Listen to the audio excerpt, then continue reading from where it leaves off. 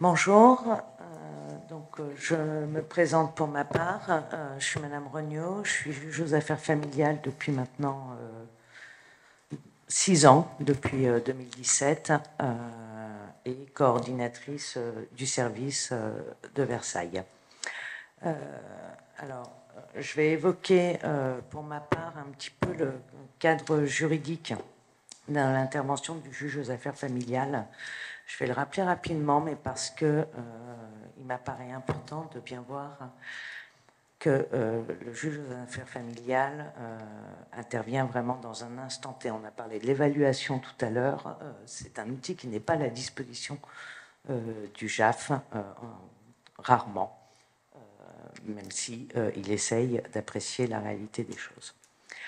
Alors, je vais d'abord indiquer, ou en tout cas rappeler, que c'est acquis, me semble-t-il, et je ne vous aurais pas forcément dit la même chose quand j'ai pris mes fonctions, que l'enfant est victime des violences conjugales. Je pense qu'il y a une réelle prise de conscience par les formations et par les recherches et les études qui ont pu être faites, que l'enfant est victime de ces violences. On constate aussi, pour des raisons diverses et multiples, qu'il y a une nette augmentation au sein du service aux affaires familiales, et ça ne concerne pas que Versailles, de toutes les procédures de violence intrafamiliale. Pour vous donner juste un ordre d'idée, les ordonnances de protection ont été multipliées par 3 en 5 ans, et ce qu'on appelle les procédures d'urgence, c'est-à-dire quand on accepte d'aller plus vite que notre délai d'audiencement habituel, on en accepte 2 fois plus qu'il y a 3 ans, et essentiellement dans des procédures justement de violence intrafamiliale. Le juge aux affaires familiales, et ça, je vous le rappelle parce que ça me paraît indispensable, c'est un juge civil et qui est soumis à des principes fondamentaux du Code de procédure civile, notamment le fait que l'objet du litige, donc quand il est saisi, est déterminé par les parties. C'est-à-dire qu'il ne peut pas prononcer quelque chose qui ne lui est pas demandé. Et j'en parle par rapport à l'autorité parentale, parce que la question se pose souvent. Le juge aux affaires familiales ne fait pas d'autorité parentale exclusive si on ne lui demande pas. Alors ça ne veut pas dire que si on lui demande, il la fera, mais si on ne lui demande pas, il ne pourra pas la faire. Il ne pourra pas accorder à l'autre parent l'exercice exclusif de l'autorité parentale. Il est soumis au principe du contradictoire, c'est-à-dire qu'il ne peut fonder sa décision que sur ce qui a été débattu contradictoirement. Il doit le faire observer, il doit l'imposer aux parties. Ça veut dire que de la même manière, il ne peut pas prononcer quelque chose qui n'aura pas été débattu à l'audience. S'il se rend compte, au moment où il rédige sa décision, que peut-être un droit de visite en espace de rencontre ou avec un passage de bras serait adapté dans l'intérêt de l'enfant, et qu'on n'en a pas parlé à l'audience, il ne peut pas le faire. Il doit éventuellement réouvrir les débats, mais il ne peut pas le faire d'initiative. Et enfin, et tout ça, on est dans les premiers articles du Code de procédure civile sur ces principes fondamentaux, c'est la preuve. Il incombe à chaque partie de prouver, conformément à la loi, les faits nécessaires au succès de sa prétention. La charge de la preuve repose sur la personne qui souhaite obtenir quelque chose. Donc, un parent victime de violence conjugale doit établir qu'il est victime de violence et doit établir en quoi il est de l'intérêt de l'enfant encore aujourd'hui. Encore aujourd'hui, ça c'est quand les violences sont anciennes, j'ai envie de dire, que la séparation est actée, mais en quoi il est de l'intérêt de l'enfant qu'un certain nombre de décisions soient prises en matière d'autorité parentale et en matière de droit de visite et d'hébergement.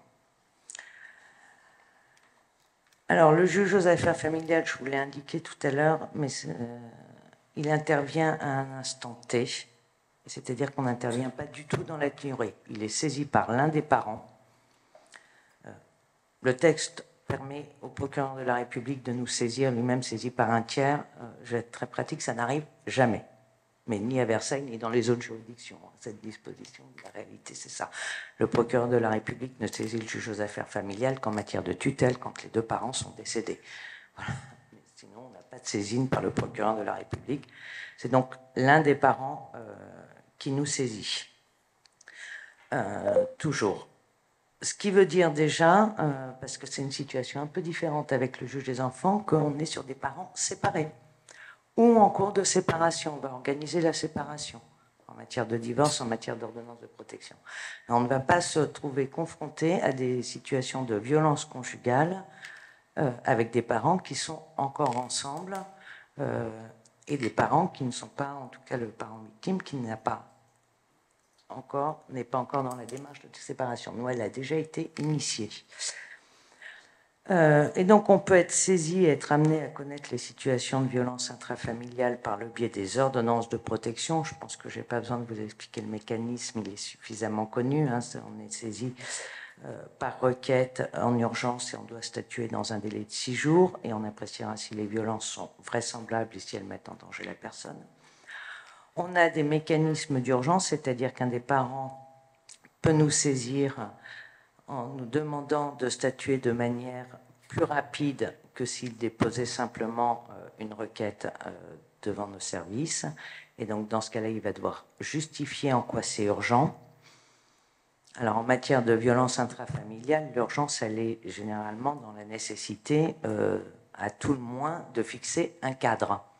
Puisqu'on sait que s'il n'y a pas de cadre dans les situations de violence, on majeure le risque de réitération et on majeure le risque de poursuite des violences.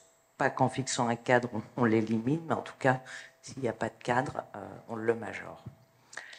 Et puis, on peut être saisi par la voie classique, par ce qu'on appelle une requête au juge aux affaires familiales ou par assignation en matière de divorce, avec des délais d'audiencement qui sont longs.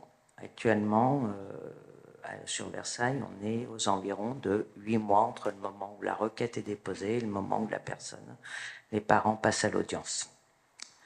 Donc, il y a l'idée d'essayer d'identifier pour les situations de violence intrafamiliale pour réduire le délai d'audiencement, mais c'est assez complexe. Madame Regnault, je peux peut-être juste vous interroger. Vous parliez de la difficulté de poser un cadre de sécurité et vous aviez insisté dans cette préparation sur les questions d'articulation justement des différentes fonctions. Oui. Du fait du changement de la place de l'enfant victime dont vous parliez à l'instant.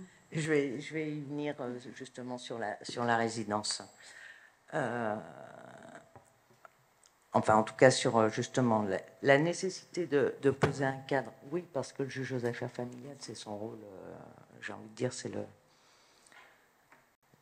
le juge naturel, je le mets entre guillemets, de l'autorité parentale, de la résidence et du droit de visite et d'hébergement. Le juge des enfants va intervenir en cas de situation de danger. Mais le fait que le juge aux affaires familiales fixe un cadre peut parfois, et en tout cas c'est son objectif, supprimer le danger. Voilà, c'est l'idée. C'est-à-dire que d'avoir organisé les relations entre les parents permettent mais ça c'est de manière générale, pas uniquement en matière de violence conjugale, permettent d'éviter les conflits et les situations problématiques. Donc c'est dans ce contexte-là qu'on va être amené, en tout cas, soit par ordonnance de protection, soit par procédure accélérée, soit de manière extrêmement classique, à connaître de situations de violence intrafamiliale.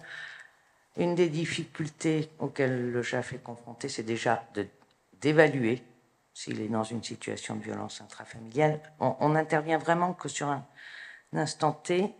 On est saisi au moment où on tient l'audience, on ne connaît pas, on n'a pas les pièces, ça on les connaîtra dans le second temps, après l'audience. Donc on va écouter chacun des parents, éventuellement assister de leur avocat, mais la version de chacun, on va essayer de comprendre à peu près ce qui se passe, mais ce n'est que dans un second temps qu'on pourra examiner les preuves qui nous sont soumises. Donc ça va être d'évaluer si on est dans une situation de violence, de distinguer, ça a été un petit peu évoqué, la violence du conflit. On intervient dans un contexte de séparation. La plupart du temps, les gens viennent de se séparer. avec tout ce que ça implique pour des adultes en termes d'impact psychique et de comportement parfois pas tout à fait adapté, sans que pour autant on soit dans une situation conjugale de violence antérieure. Voilà. Est-ce qu'on est sur quelque chose de ponctuel ou est-ce qu'on était effectivement dans la violence? Une réalité aussi pratique, le temps d'audience est très court. Voilà, un temps d'audience moyen en JAS, c'est entre 15 et 20 minutes. Ça peut être un peu plus long en ordonnance de protection sur des procédures complexes, mais la réalité, c'est celle-là. Le temps d'audience au juge aux affaires familiales est extrêmement court. On va donc, avec cette problématique-là et ces principes juridiques qui s'appliquent à nous, on va, c'est ce que j'indiquais, fixer un cadre entre les parents qui organisent les relations entre eux quant à la vie de l'enfant. Et sur quoi, et pourquoi je disais que la fixation du cadre est déjà, même dans les situations de violence, protecteur, parce que ça évite justement les intrusions intempestives à la sortie de l'école, ça invite, on parlera de l'autorité parentale, ça permet effectivement aussi de statuer sur l'autorité parentale, ça évite, ça limite, je dirais plutôt, ce serait plus honnête, ça limite les attaques du parent violent à l'égard de l'autre parent sur tu refuses de me le présenter, tu respectes pas mes droits, toute cette pression qu'il peut y avoir et qui s'accentue. Le cadre, en rappelant que l'enfant habite à tel endroit, que le droit de visite s'exerce de temps à temps, voilà, peut limiter sur, je dirais, les 1/3 justement qui sont en capacité d'évoluer, peut limiter un peu les choses. Il nous reste quelques minutes. Je vais être très rapide. 2 minutes. 2 minutes. Alors, le JAF, il intervient sur 2 domaines principalement, l'autorité parentale et la résidence et le droit de visite et d'hébergement. L'autorité parentale, le juge aux affaires familiales ne statue que sur l'exercice de l'autorité parentale. Et je crois qu'il y a souvent une confusion, y compris chez le législateur, entre titulaire de l'autorité parentale et exercice de l'autorité parentale.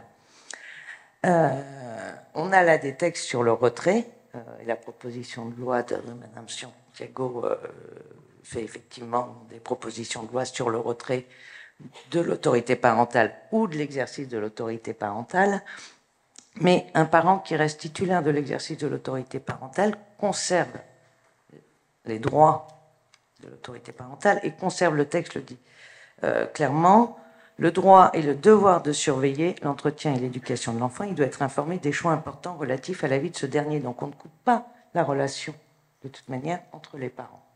Quand il y a, même s'il y a un exercice exclusif de l'autorité parentale confié aux parents victimes des violences. Et d'autre part, voilà, donc on a ça ne supprime pas tout lien.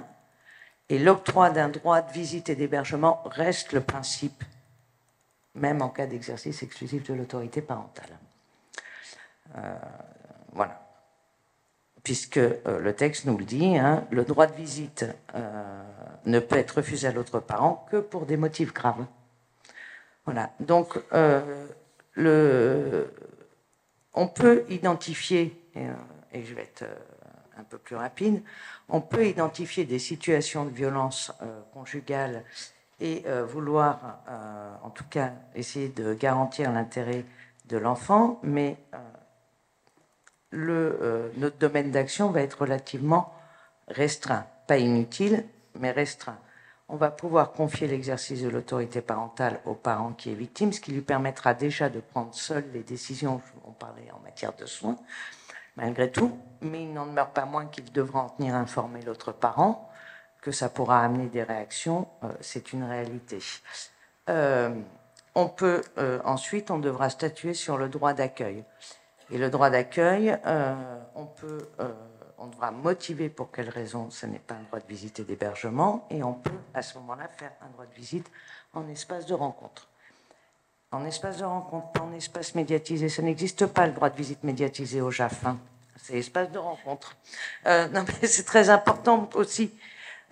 Pourquoi? Parce qu'une fois que le JAF a statué sur la résidence et sur le droit d'accueil, et qu'il a fait le choix d'un droit de visite en espace de rencontre, ou par l'intermédiaire de tiers, justement pour protéger l'enfant, pour éviter que les parents se retrouvent en contact, et justement éviter d'exposer l'enfant aux violences, il a posé un cadre à peu près protecteur. Et donc, on ne va plus avoir de danger, ou en tout cas, le juge des enfants pourra estimer qu'il n'y a plus de danger, parce que l'enfant réside chez le parent qui le protège. Le droit de visite est organisé de telle manière que le parent n'est plus exposé, en tout cas directement, à des violences entre ses parents. Il peut être exposé à de la violence avec un parent qui va lui tenir des propos dénigrants sur sa mère. Je dis sur sa mère parce que c'est quand même la majorité des cas, en tout cas sur le parent victime, mais il n'est plus directement exposé aux scènes de violence qu'il pouvait y avoir quand le couple n'était pas séparé. Madame Regnault, peut-être le dernier mot. Voilà. Donc, si vous voulez, la difficulté justement de garantir l'intérêt de l'enfant, parce qu'on ne va pas travailler, nous, du tout. Enfin, on va le garantir, on va essayer de le préserver, mais on ne va avoir, au niveau du juge aux affaires familiales, aucun travail sur la parentalité. Et dans des situations de violence conjugale, on va justement être amené à pouvoir fixer un cadre qui sera protecteur de cet intérêt de l'enfant et qui écartera du danger. Et donc, on n'aura pas... C'est un petit peu négatif ce que je vais terminer par ça, mais on n'aura pas de travail sur la parentalité. Merci beaucoup.